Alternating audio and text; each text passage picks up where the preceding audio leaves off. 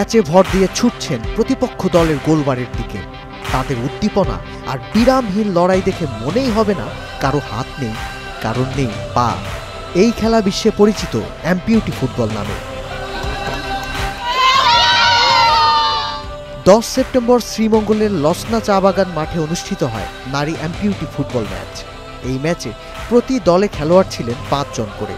এদের মধ্যে আউটফিল্ডে খেলা 4 জনের একটি করে পা নেই, আর গোলরক্ষকের নেই এক হাত। দুই দলের ক্ষেত্রে নিয়ম ছিল একই। 15 মিনিট করে 2 অর্ধে 30 মিনিট ধরে চলে ম্যাচ। শেষ পর্যন্ত ম্যাচ গোল শূন্য হলে খেলা গড়ায় টাই ব্রেকার।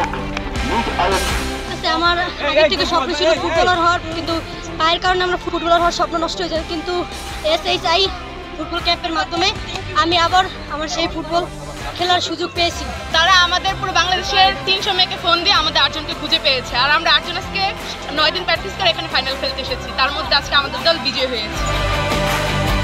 বিশ্বের বিভিন্ন দেশে নিয়মিত নারী অ্যাম্পিউটি ফুটবল আয়োজন করা হলেও বাংলাদেশে এই প্রথম, বলছে আয়োজক প্রতিষ্ঠান। সহযোগিতায় ছিল আন্তর্জাতিক রেড ক্রস কমিটি। প্রতিবন্ধী ব্যক্তিদের অনেক সক্ষমতা আছে, আমাদের থেকে ওনারা অনেক কিছু ভালো করতে পারেন।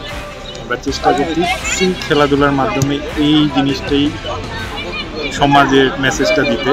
পরিবারের সাপোর্টটা, আমার মনে হয় পরিবাররা যদি মনে করেন যে আমার মেয়ে খেলবে, সে যদি এখান থেকে কেরিয়ার করতে পারে বা তার সক্ষমতা দেখাতে পারে, ওই জিনিসটা নিয়ে ফ্যামিলির আরও বেশি সাপোর্টিভ হওয়া উচিত।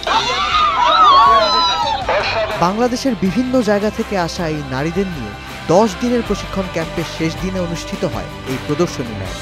খেলাধুলার মাধ্যমে প্রতিবন্ধী নারীদের ক্ষমতায়ন এই আয়োজনের লক্ষ্য। উপস্থিত আছেন